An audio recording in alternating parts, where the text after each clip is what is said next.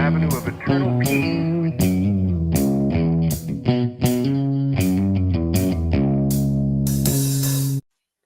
Well, all right. Welcome back to the Survival and Basic Badass Podcast, Kevin and Chuck.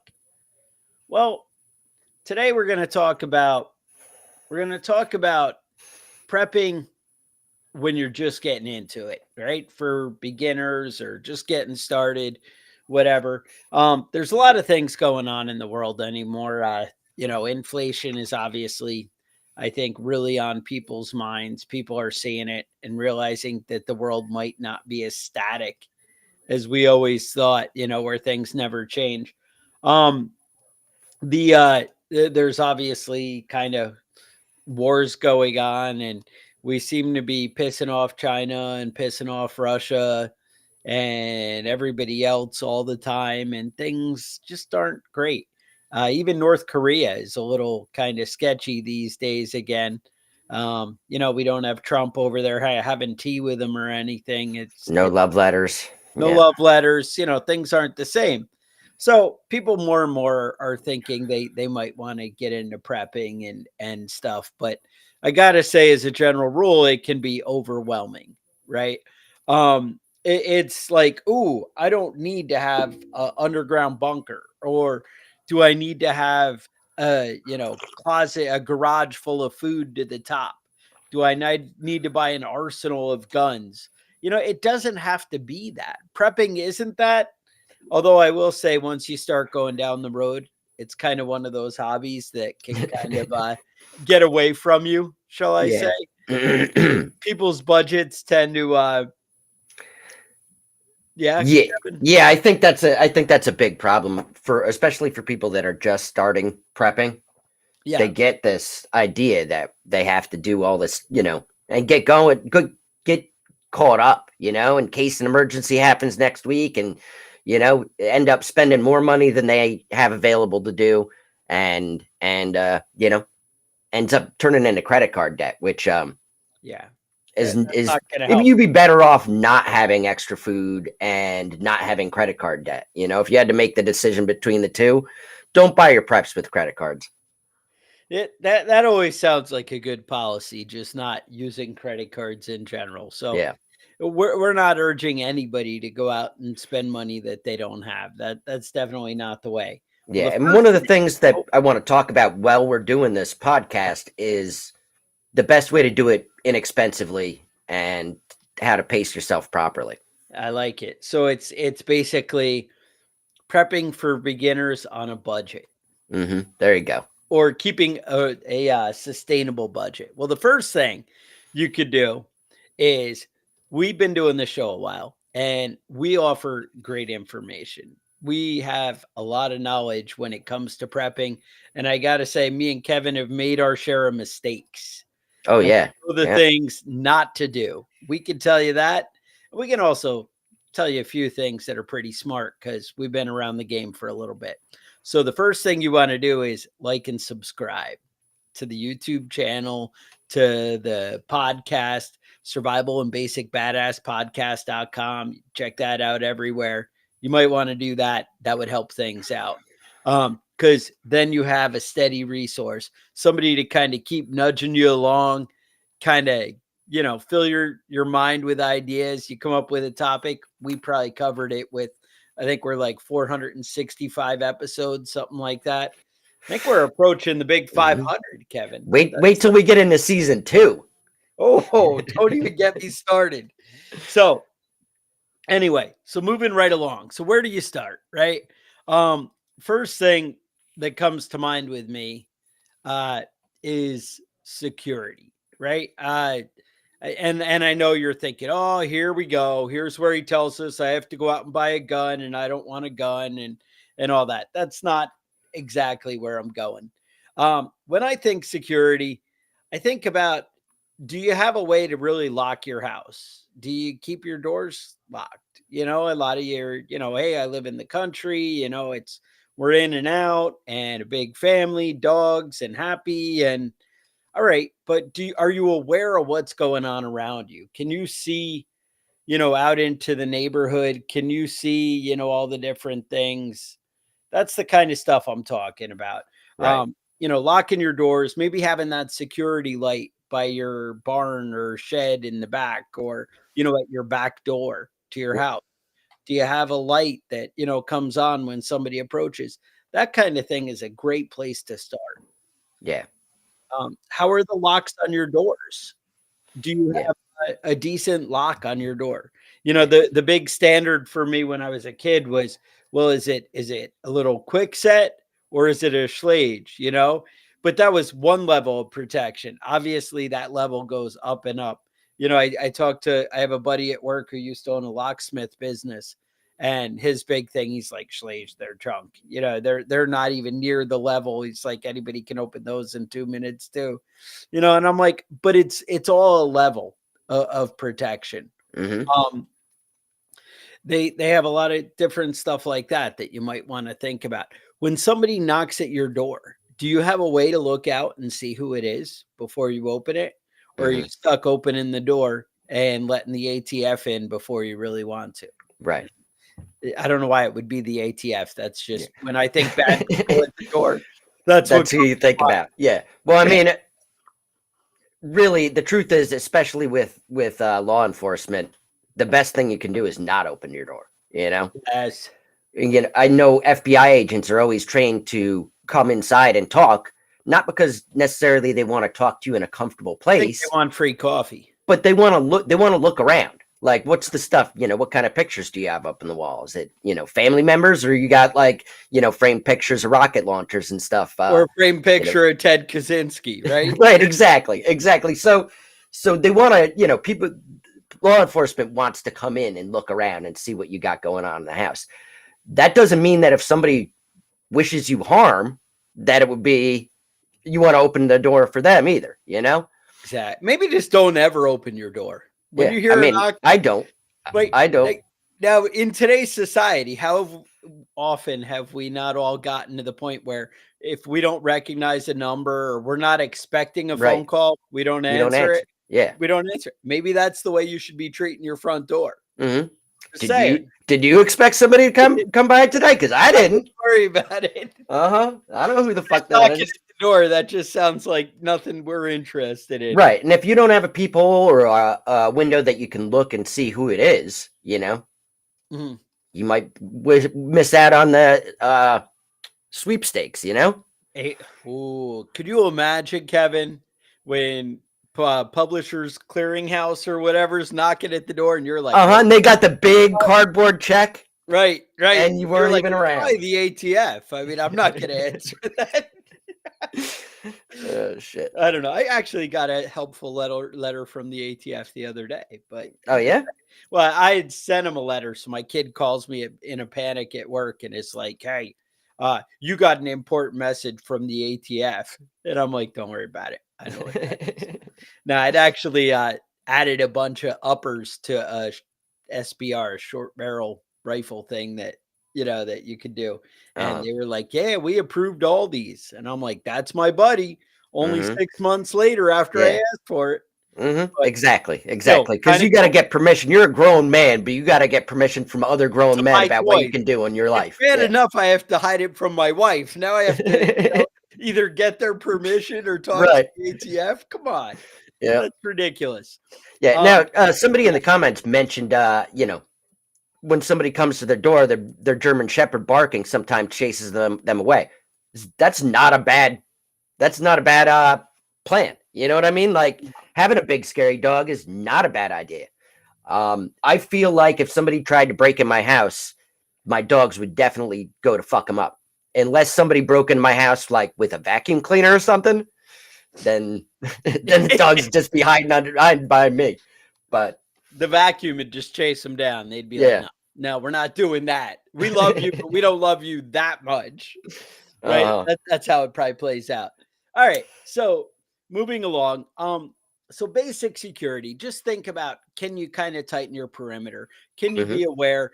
Is it maybe the $100 camera system for your house? And maybe that's, outside your budget and where you want to start. That's okay. But I will say, for like $99, you can get something that'll connect to your Wi-Fi that you can look on your phone. The way technology is anymore, it's not a big deal. Now, I would say I probably wouldn't invite Ring into my life with that doorbell thing that they're like Yeah, because you're not sharing the that. only one that can look at it. Yeah, that's not the way to go. And I am absolutely sure that one of those $100 camera sets probably not as secure, but just the same, it's kind of not as mainstream. I know Hmm. that the FBI is going to see a Ring doorbell and they're going to call Amazon and say, "Hey, we're going to need that footage," or even the local police. Whereas they see your camera from China 123 or whatever, they're like, I wouldn't even know where to begin to get that information. Now, China's going to be watching you, Hmm. but the police and the ATF probably not. So I'm just Right. saying, you do you. It does sound like I have an irrational fear of the ATF Yeah, the or the truth stuff is, going on. when you're getting your cameras and and stuff together, you should be more worried about people that are wishing you harm than law enforcement. It's just unfortunately it doesn't seem like that's the most dangerous person to show up, or that's the most likely person to show up at your door. It's more likely to be law enforcement that's Feel like it's 50-50, right? yeah, Between a bad guy or law enforcement yeah, and yeah. both being bad guys. I Maybe was it's it's yeah, in it my was mind. I was at my house this few months ago actually, but dogs started going crazy on the front porch, and I walked out, and there was a police officer coming up to my house, and they asked me if I had any cameras, and I said no, and they said, well, somebody's house was broken down the street, and we just wanted to see if anyone got it on camera. And I was like, yeah, sorry, buddy. And then I went in and checked my cameras to see if I could see anything, but Kevin, you're a yeah. horrible person. I'm a bad neighbor. Maybe I'm a bad neighbor, but You're a bad neighbor. All right. So food and water. That's I think the first thing that comes to mind when right. people are prepping. And getting into it, we always like to say on this show, a good place to start is having 2 weeks. Yeah. The big thing is to buy stuff that you're using day to day, right? Things that are kind of consumable for your family. Maybe an extra box extra pound of meat that you keep in the freezer that you kind of rotate through, right? Hmm. Um, and obviously at my house, a pound of meat isn't going to do 2 weeks.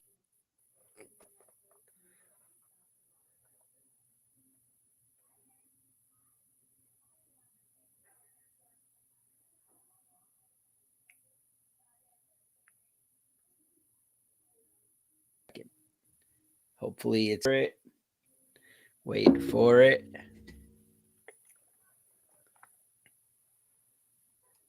Holy crap. That's the longest it's ever been. All right, there we go. So, like I was saying, like keeping 14 pounds of meat usually works for my freezer, right? But who knows?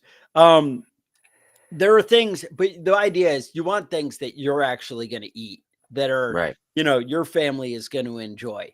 And that's really what's important and what you need to think about. Because if you end up with a lot of stuff in your house that you're never going to use, that's not going to be helpful because it's Hmm. all going to go bad and nobody's going to be happy.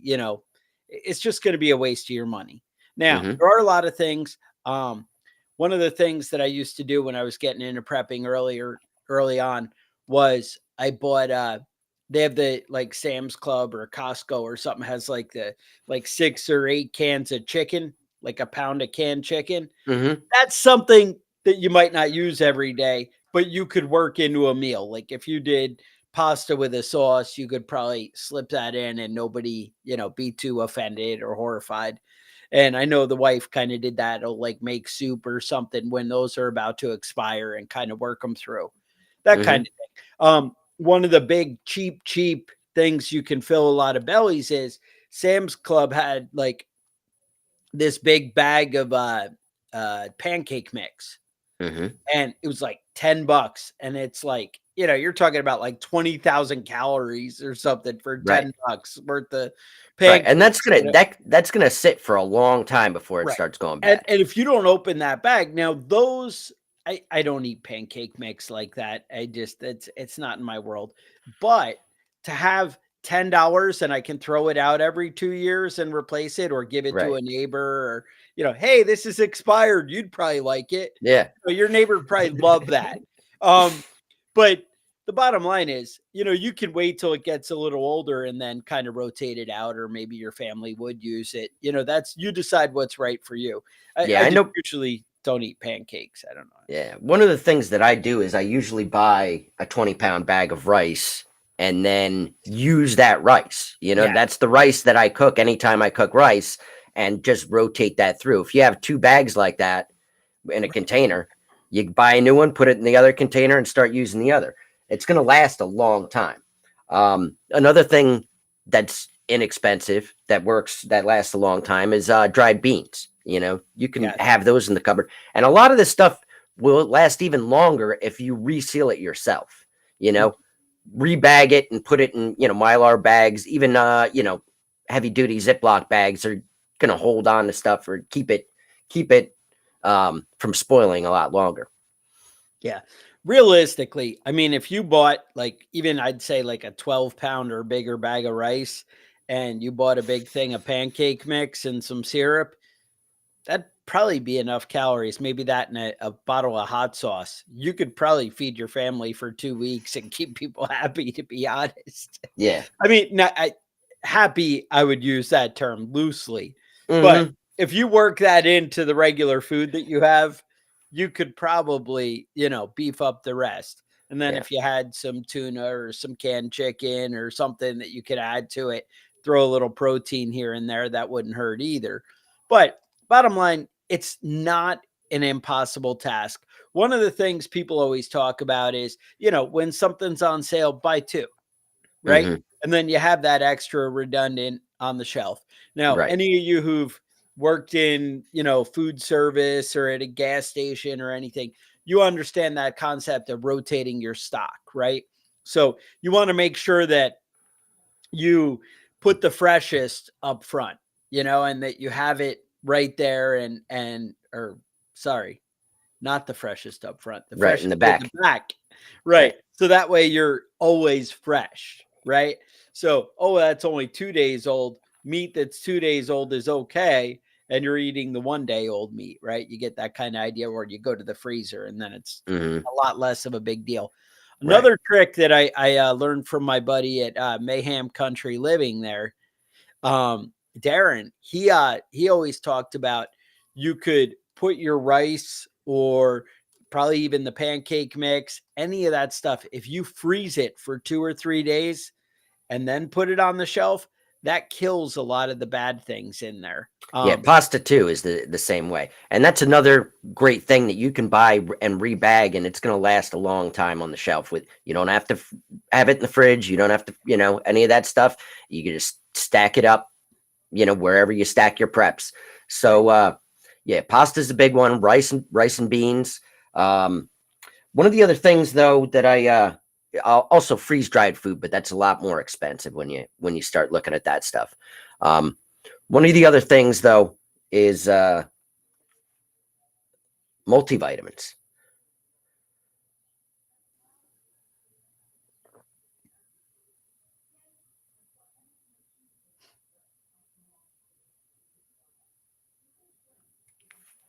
All right. What do you got? One of the other things, what? One of the other things is multivitamins. I think that's that's a big one. You're not going to be getting all your nutrients if you're one of the things that I hear a lot of dumb people say is, well, you can go 30 days without food, without starving to death. Maybe you can go about 24 hours before you start losing mental capacity, you start losing balance, you start doing dumb shit, you accidentally cut yourself with a knife because you can't fucking concentrate properly. Yeah. You can't really go 30. You can maybe survive laying in a bed for 30 days. There, yeah. Right. But you're not out chopping firewood and standing exactly. watch in the backyard and and if nobody's coming to save you, you're gonna be screwed. Right.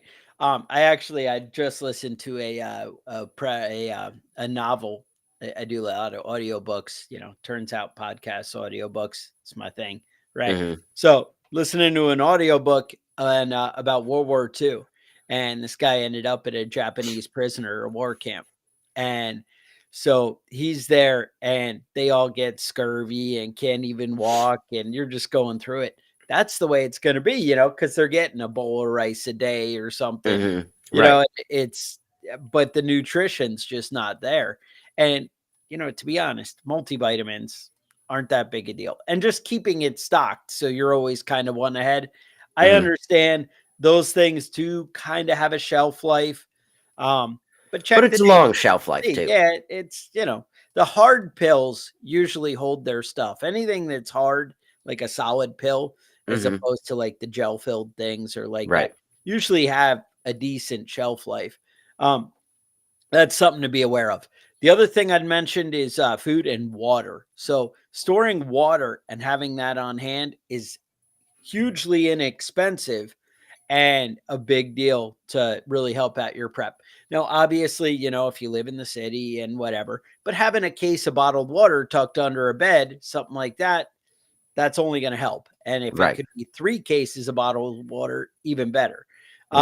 If you're out in the country and you have room, putting a bunch of gallons of water, reusable containers are completely fine. Refilling your water jugs. Obviously, we want them clean. Bacteria and stuff can grow. But if you keep it in a dark place and, bottle of water wouldn't be bad. And to be honest, if you were paranoid, you could put a drop of bleach in each one if you were refilling it. And by the time you go to have it, that bleach will be long dissolved and nothing bad will be in there. Yeah.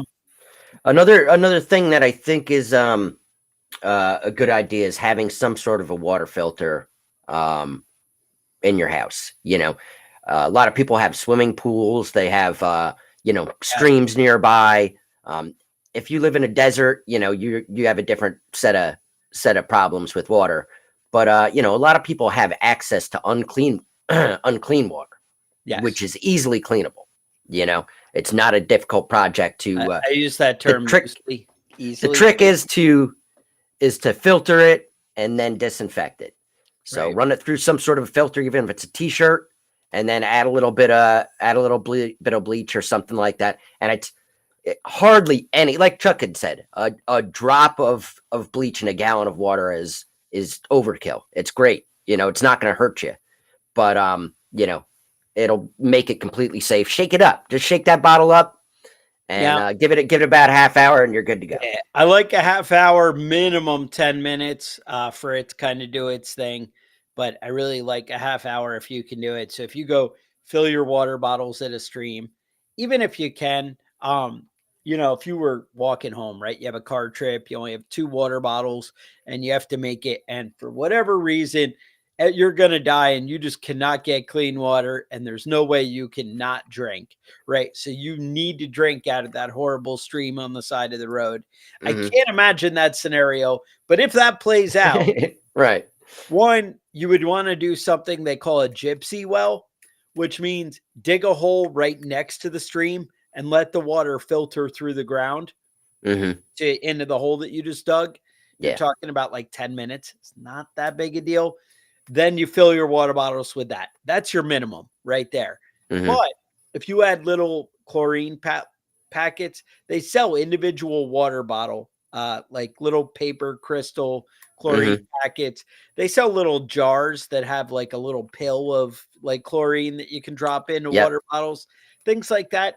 You can keep like in your glove box and not even notice it, just like an aspirin bottle, and be able to, bleach or treat your water. Something like that, $5-6, and then you're covered. Yeah. Right. That's awesome. Yeah. See, people use, there's a lot of ways to do it.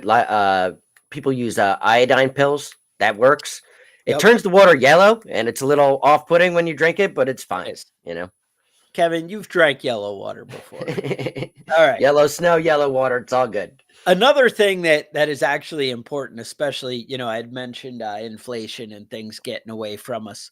Another thing that you might want to consider is financial security.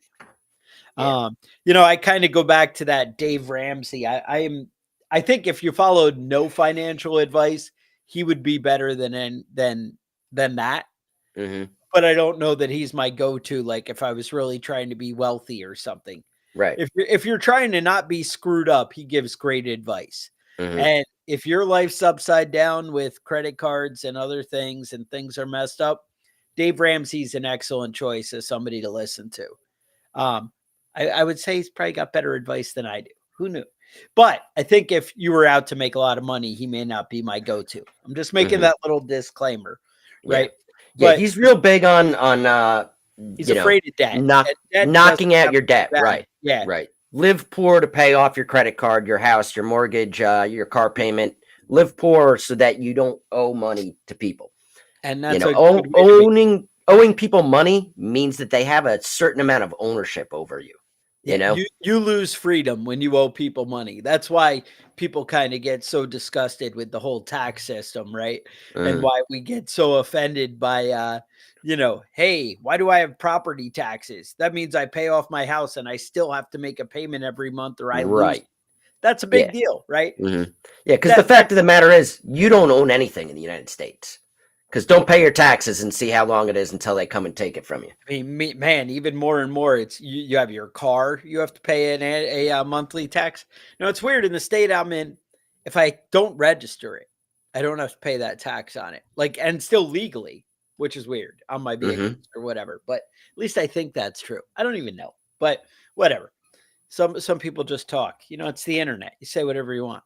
Yeah, that's right. Anyway, so Dave Ramsey, back to that, talks about building up uh like $500 or I think it's $1,000 nest egg, right? Mhm. Where he says, you know what?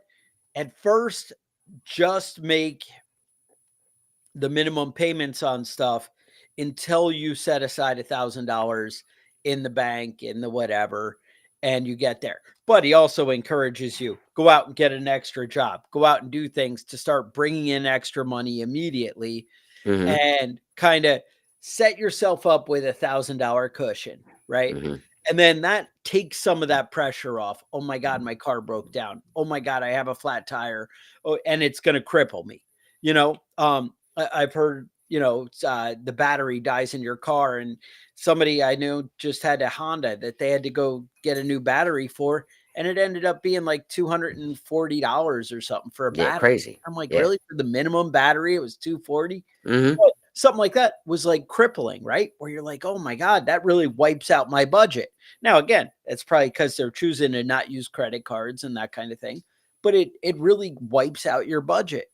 And you need to put yourself where you're comfortable and you have a little cushion that you're not going to be thrown. So Right. set up a little nest egg, but you should be making sacrifices that you can build up that nest egg quickly. Mhm. And so having $1,000 now, maybe as you have more stuff and your mortgage payment, if your mortgage payment's $5,000, well, one, you're probably making a mistake in life. But two, if your mortgage payment is $5,000, then you probably need a bigger nest egg than $1,000, right? Right. That you need to set aside more and build up, but it's all relative to your lifestyle. But again, you want to kind of minimize your lifestyle and do what you can do to get there. Just saying. Next thing is like physical fitness, health overall is kind of a thing.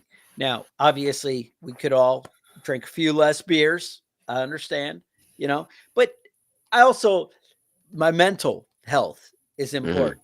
Right. And that's where the whiskey and the beers come in, is the mental health. I'm Yeah, just saying, that's fair. Mhm. right? You do you. Another great prep is whiskey. Is whiskey. That's Lasts always forever. having enough. I mean, what happens when that bottle runs out? You don't want to be forced to have to like risk drinking and driving or do something like that. You need Right. to, You hey, need to have a have it on backup. hand. I have a backup. That's called Mhm. planning ahead right there. I don't know. That's horrible. Kevin, that's just bad advice right there. I have an extra bottle of whiskey in my freezer right now. One amateur, whatever. No, I don't know. I'm just messing around. But bottom line, having alcohol actually is a good prep where as far as something you can barter and honestly, sometimes it's one of the only pain relievers you can get. But basically being aware of one, you can up your security with like martial arts training, that kind of thing. I've been to a lot of tactical training, both with weapons and without, like hand to hand combat stuff like that. working it into your life. Turns out if you have a little bit of knowledge of self-defense, you're ahead of a lot of people out there. Hmm. Um, it's That's going to true. make a big difference. Also, we saw that Rittenhouse kid, maybe just carry a skateboard. I don't know. I Yeah. mean, you do you, right? There's no reason I have a skateboard in the back of my car. I don't really have a skateboard. I carry a Yeah. concealed Another carry. issue with health is, a lot of people have chronic diseases, um, diabetes, things like that. You need to put that at the top of your list. If you have an illness that you have to keep medicated, that needs to be your number one priority. Now, you can't necessarily just, buy stock up on insulin for the next 10 years of your life. But you need to be prepared at least for an Right. issue with that. Get ahead But where there are a you lot of other, yeah, there are a lot of other medications that a lot of people use, blood pressure medications and stuff like that, that you might want to have extra on hand. yeah. That you can, usually you can talk to your doctor. Hey, is it possible we could do a 90-day supply instead of a 30-day supply? That kind of thing. Hmm. Could we do my refill a month early? Maybe that means you have to pay a little out of pocket the first time to get like that one ahead or whatever. I don't know. But you need to think of how much of a priority it is for you and then start to, build ahead, that kind of stuff. Um, Hmm. so medication, being on top of that, be aware of your family members, what they need, how you're able to help them. These are good, basic, solid preps, right?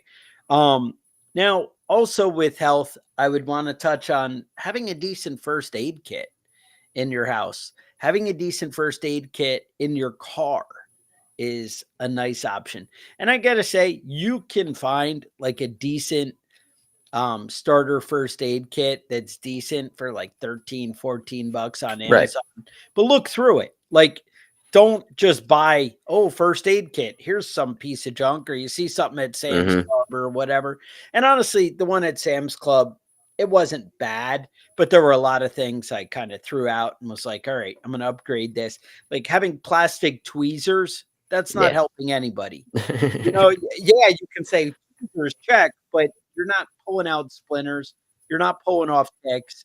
You're not, doing anything that's really functional with it. I Right. don't understand that. But those are something you want to be aware of. What do you got? Yeah. Well, I mean, one of those things is a lot of those little first aid kits. They're like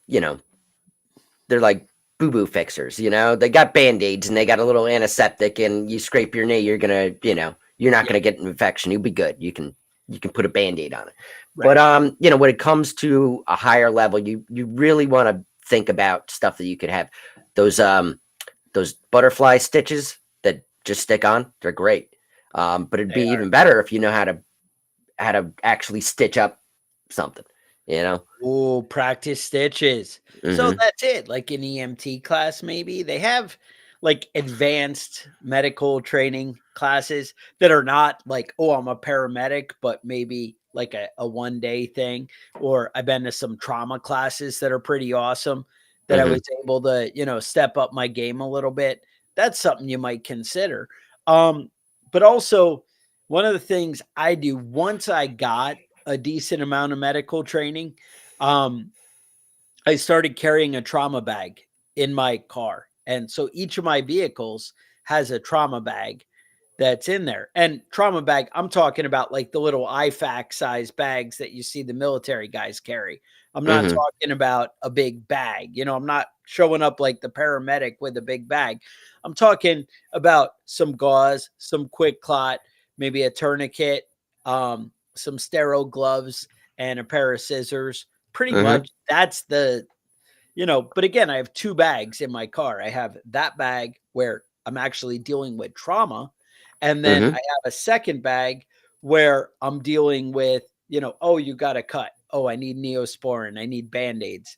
They're Right. actually in two totally different bags because eh, one is like an emergency and the Right. other is nice to have. And Hmm. again, nice to have, but if I got an infection, that's bad, right? So having that little triple antibiotic or bacitracin or something in there, that's a win. So Yeah. first No, aid, Now, usually at your house, you should have your basic medications that you use.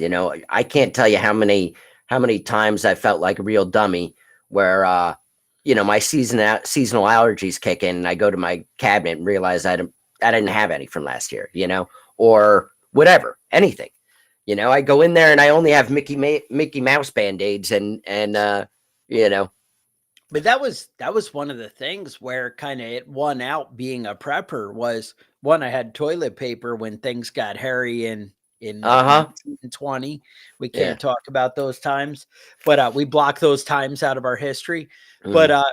when we when I needed toilet paper, oh, I got some. Don't worry about it. We're good. But also, like you said, allergy medicine. I take like Zyrtec or one of those, and we went to Sam's Club and all those places, and there was nothing on the shelf. Mhm. And I'm like, how? Why is, people are immediately, we can't get allergy medicine anymore, Yeah. but you couldn't for like a year. And I'm like, don't worry about it. Cause I was always buying, a couple of boxes ahead because I'm thinking, gee, the end of the world. I don't want to be dealing with itchy eyes and snot dripping out of my nose all day long. That's Yeah. not what I want. So, I cover me, right? What's important to me and what costs me almost nothing, right? So spending 13 bucks twice when I went to Sam's Club, whatever. And to be honest, the more you stockpile and buy things, as long as you're keeping it safe, it's not going bad, it's not getting eaten by mice, you're getting ahead of inflation, right? Mhm. So I'm buying it at yesterday's prices, right? Now, I'm older. I'm obviously at a different place than when I was the young parent and, having an extra 50 bucks for food in the grocery store isn't necessarily an option when you're 25 and you got two kids Right. and you got right. I understand that. I'm not saying it's the same for everybody, but it was like, hey, at the end of the month, I have an extra 50 bucks. Why don't I buy a bunch of sausage that's frozen? There was a type of sausage that I like that's like 3.50 a packet at Walmart. And I bought like the box of 12 of them and I put them in, my big freezer or whatever. And I held on to them. Then it's funny because the next time I went back 12 later, it was like 4.75 or something for the same thing. And so I beat inflation on those, 12 items. Yeah, I saved 12 bucks. And that's not a Mhm. big deal, but it's that whole lifestyle of being Right. ahead of the game a little bit. It's not a bad way to be. Yeah. Um, And a lot of people talk about inflation, and yeah, inflation is an issue. It's increased what 8% over the past 2 or 3 years. yeah. I, But I think it's a little more than that, but that is yeah, what the official numbers seem to be around. Yeah. right. But the difference between inflation is everything, right? But the cost of living has increased by 20%. That's your electric bill. Easy. That's your grocery stores. That's The things that the cost of living has gone up way more than 8%. right. And that's the thing is you're like, oh, well, I can cut back on certain things, but you can't cut back on your electric bill. You can't cut back on, Hmm. on your On your groceries groceries, right? typically. I mean, obviously we do cut back, right? Maybe we have a meal or two without meat this week. Like, Come on, get you out of know, here. right? I don't know what kind of world we could live in. But I mean, obviously, a lot of people have meals without meat, but I Yeah, don't know who those people would be. I mean, I'm going to go get the squirrel in the backyard before we're having dinner without meat, right? right. He's not sitting there watching me drink my coffee unless we're going to, do something about it. Hmm.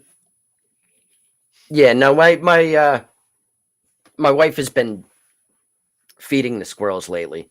Mhm, mhm. Crazy, Fatten 'em up. whatever. Fatten them up. She's ready for dinner, It right? started. We had 3 squirrels in our front yard that showed up every morning for peanuts. Now we're up to 12. Like, so all the whole damn neighborhood's coming over to our house every morning to get the peanuts. But Right. whatever. I mean, fat squirrels is I'm not really complaining, and it costs peanuts to feed them, Literally. literally. Right. That's a Sorry, I had to terrible go joke, there. but Yeah, that was horrible. All right, last thing I wanted to touch on is it would be cool to think about like a prepper library. Now, obviously, any of these ideas that get you excited, we've done whole shows on them where we dig deep. and you can kind of check it out. So we have an episode on the prepper library and all the books you might want to get.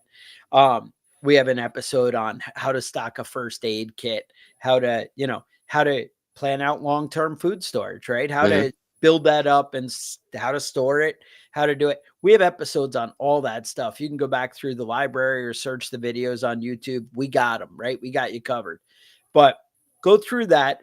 But the prepper library, at a minimum, think of something like a traditional Boy Scout handbook, right? That Right. has first aid, that has, all kinds of good advice and stuff that you can get in there. But obviously, there's a lot more advanced books on different things that you can get into that are really awesome. The Self Sufficient Life is one of the ones that comes to mind, that I really liked. But, the SAS manual, if you wanted, something more advanced than a Boy Scout handbook that does cover foraging and outdoor stuff.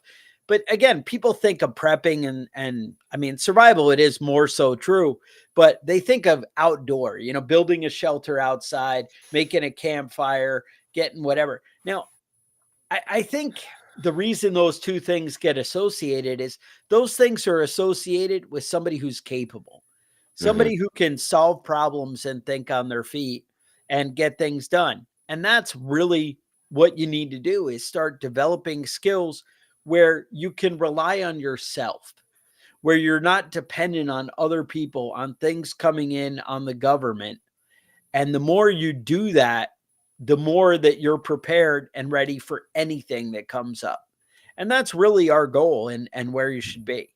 So make sure you like and subscribe. Check out the podcast, Survival and Basic Badass Podcast. It's kind of everywhere. Spotify, Apple Music, all that stuff. You have show ideas, questions, concerns, email us at preppingbadass@gmail.com.